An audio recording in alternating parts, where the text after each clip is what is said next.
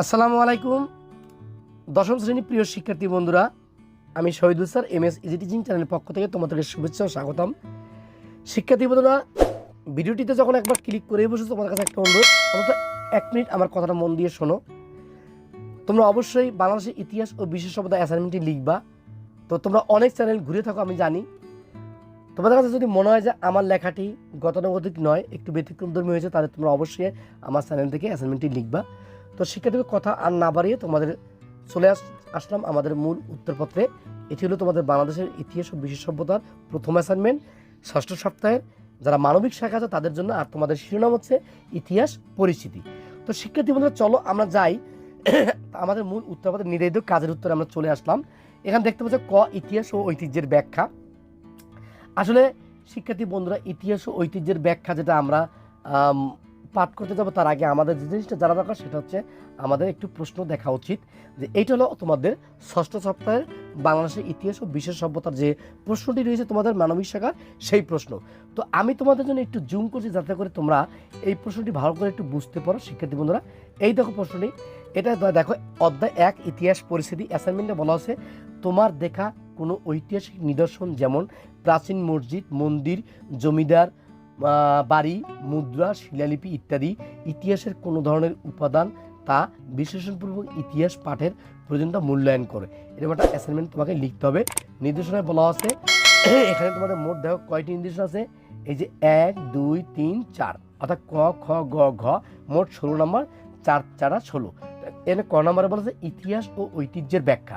তো শিক্ষার্থী বন্ধুরা, ইতিহাস ও ঐতিহ্যের ব্যাখ্যা যথাযথ হলে তুমি 4-এর মধ্যে 4 পাবে। তোমার ইতিহাস ও ঐতিহ্যের ব্যাখ্যা যথাযথভাবে আমি এখানে উপস্থাপন করেছি, ক নম্বরে আমি সেই আলোচনাই করব।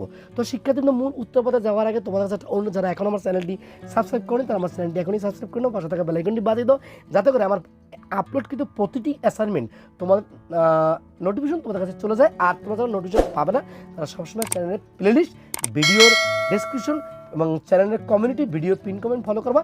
সেখানে আমি প্রতি সপ্তাহের সকল অ্যাসাইনমেন্টের নমুনা উত্তরপত্র দিয়ে থাকি। তাহলে শিক্ষার্থী বন্ধু, চলো কথা না বলে মূল উত্তরপত্র পাঠ করতে থাকি। ইতিহাস ও ঐতিহ্যের ব্যাখ্যা। শিরোনাম দেওয়া আছে, এখানে লিখে দিলাম আবার, ঐতিহাসিক নিদর্শনসমূহ ইতিহাস কোন ধরনের উপাদান, তার বিশ্লেষণ এবং ইতিহাস পাঠের প্রয়োজনীয়তা। ইতিহাস ও ঐতিহ্যের ব্যাখ্যা। ইতিহাস শব্দটা ইংরেজি হিস্টোরি শব্দের বাংলা অনুবাদ। হিস্টোরি শব্দের গ্রিক হিস্টোরিয়া থেকে উৎপত্তি লাভ করেছে। হিস্টোরিয়া বা হিস্টোরি শব্দের আবেদনিক অর্থ অনুসন্ধান বা গবেষণা। আবার ইতিহাস শব্দটি ইতিহ শব্দ থেকে গঠিত হয়েছে। শিক্ষার্থী এনে হয়েছে বানা হবে, আমি একটু ঠিক করে দেই, হয়েছে। এবং ইতিহ অর্থ ঐতিহ্য, অতএব মানব সভ্যতার ঐতিহ্য ধারাবাহিক বিবরণকে ইতিহাস বলে। বিখ্যাত ইতিহাস বিজ্ঞান ইতিহাসের বিভিন্ন সংজ্ঞা প্রদান করেছেন। নিম্নে কয়েকটা উল্লেখযোগ্য সংজ্ঞা তুলে ধরে। 1, ডক্টর জনসন বলেন যা কিছু ঘটে তাই ইতিহাস। তিনি আরও বলেন অতীতের কাহিনী মাত্রই ইতিহাস। ডক্টর রমেশচন্দ্র মজুমদারের মতে ইতিহাস হলো মানব সমাজের অতীত কার্যাবলীর বিবরণী। টয়েনবি বলেন সমাজের জীবনী ইতিহাস, প্রকৃতপক্ষে মানব সমাজের অনন্ত ঘটনা প্রবাহই ইতিহাস। ঐতিহাসিক রাপসন বলেন ঘটনাক্রমিক এবং বৈজ্ঞানিক বিবরণী ইতিহাস। ইতিহাস শাস্ত্রবিদ এইচ কার মনে করেন যে ইতিহাস হলো বর্তমান ও অতীতের মধ্যে অন্তহীন সংলাপ। তিনি আরও মনে করেন যে ইতিহাস হলো ঐতিহাসিক ও তত্ত্বের মধ্যে ক্রিয়া প্রক্রিয়া ও এক অব্যাহত প্রক্রিয়া। মূলত ইতিহাস হচ্ছে অতীতকালীন সময়কার মানব সমাজের ঘটনা প্রবাহের ধারাবাহিক বিবরণী, যার মাধ্যমে তৎকালীন সমাজ, রাষ্ট্র ব্যবস্থার সংঘাত, সম্প্রীতি তথা মানব সভ্যতার ভাঙারা পর্যালোচনামূলক ইতিকথা। তো শিক্ষার্থী বন্ধু, এখানে আমরা ইতিহাস ও ঐতিহ্যের ব্যাখ্যা যথাযথ সংজ্ঞার মাধ্যমে এবং বিভিন্ন মনীষীদের ধারণা ও মতবাদের মাধ্যমে আমরা তুলে ধরতে সক্ষম হয়েছি। এইবার আমরা আসবো ইতিহাসের উপকরণের উল্লেখ, অর্থাৎ ইতিহাস রচনার উপকরণসমূহ সঠিকভাবে লিপিবদ্ধ করতে সক্ষম হয়েছি। তো আমরা সক্ষমভাবে লিপিবদ্ধ করার জন্যই আমরা খ নম্বর প্রশ্ন উত্তরটি এভাবে তৈরি করেছি। দেখো, ইতিহাস রচনার উপকরণসমূহ ইতিহাসের উপাদান, যেসব তথ্য প্রমাণের উপর ভিত্তি করে ঐতিহাসিক সত্যকে প্রতিষ্ঠিত করা সম্ভব, তাকেই ইতিহাসের উপাদান বলা হয়। ইতিহাসের উপাদানকে আবার 2 ভাগে ভাগ করা যায়, যথা লিখিত উপাদান ও অলিখিত উপাদান। 1, লিখিত বা সাহিত্যিক উপাদান। ইতিহাস রচনার লিখিত উপাদানের মধ্যে রয়েছে সাহিত্য, বৈদেশিক বিবরণ, দলিলপত্র ইত্যাদি। বিভিন্ন দেশি বিদেশি সাহিত্যকর্ম, তৎকালীন সময়ের কিছু তথ্য পাওয়া যায়। যেমন বেদ, কৌটিল্যর অর্থশাস্ত্র, কলহনের অজিত রঙ্গিনী, মিনহাজ ও সিরাজের কাত ই নাসিরি, আবুল ফজল এর আইন ই আকবরী ইত্যাদি। বিদেশি পর্যটকদের বিবরণ সবসময় ইতিহাসের গুরুত্বপূর্ণ উপাদান বলে বিবেচিত হয়েছে। যেমন পঞ্চম থেকে তোমার সপ্তম শতকে বাংলায় আগত চৈনিক পরিব্রাজক যথাক্রমে ফা হিজেন হিউয়েন সাং ও ইসিং এর বর্ণনা, পরবর্তী সময়ে আফ্রিকান পরিব্রাজক ইনোসহ অন্যদেরও লেখাতেও এই অঞ্চল সম্পর্কে বিবরণ পাওয়া গেছে। এসব বর্ণনা থেকে তৎকালীন সমাজ, অর্থনীতি, রাজনীতি, ধর্ম, আচার অনুষ্ঠান সম্পর্কে অনেক তথ্য জানা যায়। সাহিত্য উপাদানের মধ্যে আরও রয়েছে রূপকথা, কিংবদন্তি, গল্প কাহিনী। তিব্বতীয় লেখক লামা দারনাথের বর্ণনায় পাল রাজবংশের প্রতিষ্ঠাতা গোপালের সিংহাসন আরোহণ সম্পর্কে যে বর্ণনা আছে সেটি এক ধরনের কল্পকাহিনী। তবে অনেক কাহিনী আড়ালে অনেক সত্য ঘটনা থেকে যায়, যা ঐতিহাসিকরা বিচার বিশ্লেষণ অনুসন্ধান করে আবিষ্কার করেন। তাছাড়া সরকার নথি, চিঠিপত্র ইত্যাদি থেকেও নির্ভরযোগ্য তথ্য সংগ্রহ করা সম্ভব। 2. অলিখিত বা প্রত্নতাত্ত্বিক উপাদান। যেসব বস্তু বা উপাদান থেকে আমরা বিশেষ সময়, স্থান বা ব্যক্তি সম্পর্কে বিভিন্ন ধরনের ঐতিহাসিক তথ্য পাই, সেই বস্তু উপাদান বা প্রত্নতাত্ত্বিক নিদর্শনসমূহ মূলত অলিখিত উপাদান, যেমন মুদ্রা, শিলালিপি, তারপরে গুলিপি, তাম্রলিপি, ইমারত ইত্যাদি। ও এ সমস্ত প্রত্নতত্ত্ব নিদর্শন বৈজ্ঞানিক পরীক্ষা নিরীক্ষা এবং বিশ্লেষণের ফলে সে সময়ের অধিবাসীদের রাজনৈতিক, সামাজিক, অর্থনৈতিক অবস্থা সম্পর্কে ধারণা পাওয়া যায়। ধারণা করা সম্ভব প্রাচীন অধিবাসীদের সভ্যতা, ধর্ম, জীবনযাত্রা, নগরায়ন, নিত্য ব্যবহার্য জিনিসপত্র, বিভিন্ন ব্যবসা বাণিজ্যের অবস্থা, কৃষি উপকরণ ইত্যাদি সম্পর্কে উদাহরণ হিসেবে উল্লেখ করা যায়। সিন্ধু সভ্যতা, বাংলাদেশের মহেশখালী, পাহাড়পুর, ময়নামতি ইত্যাদি স্থানের প্রত্নতত্ত্ব নিদর্শনের কথা। নতুন নতুন প্রত্নতত্ত্ব আবিষ্কারের বদলে দিতে পারে একটি জাতির ইতিহাস। যেমন সম্প্রতি নরসিংদীর উয়ারি বটেশ্বর প্রত্নতত্ত্ব আবিষ্কার। ওই অঞ্চলের প্রত্নতত্ত্ব নিদর্শনে প্রমাণ হয়েছে যে বাংলাদেশে 2500 বছর পূর্ব নগর সভ্যতার অস্তিত্ব ছিল। এই আবিষ্কারের ফলে বাংলার প্রাচীন সভ্যতার নবদিগন্ত উন্মোচিত হতে যাচ্ছে, বদলে যাচ্ছে বাংলার প্রাচীন সভ্যতার সম্পর্কে অনেক ধারণা। অদূর ভবিষ্যতে নতুনভাবে লিখতে হবে বাংলার প্রাচীন ইতিহাস। এবার চলে আসলাম গ নম্বরের শিক্ষার্থীদের। গ নম্বরে বলছে এখানে ইতিহাসের গুরুত্ব, অর্থাৎ ইতিহাসের গুরুত্ব বর্ণনা যথাযথ হয়েছে।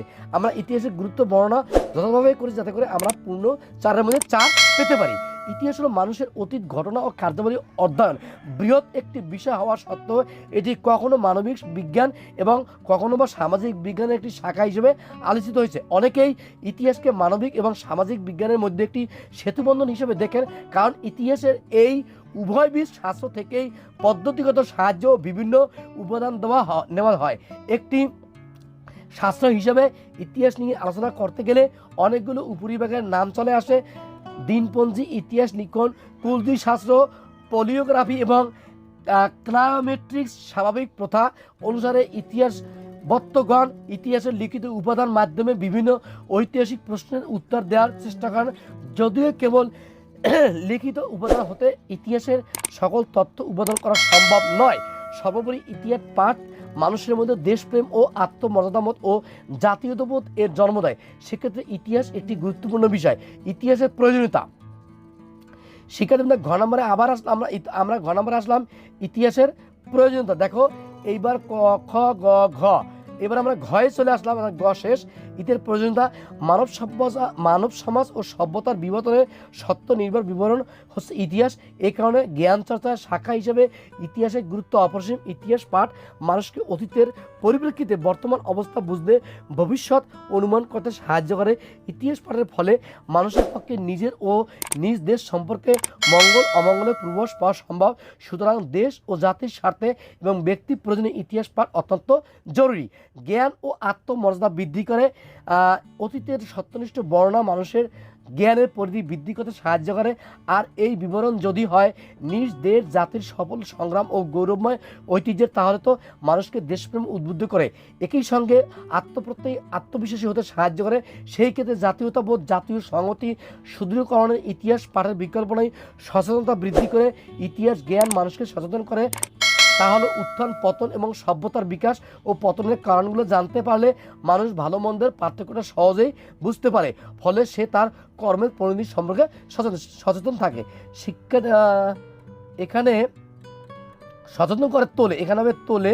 আমি বানানটা ঠিক করে দিচ্ছি। শিক্ষিত তোলে, ত এখানে সচেতন করে তোলে, তোমরা বানানটা ঠিক করে নাও, তয় করে তো লয়কারে তোলে।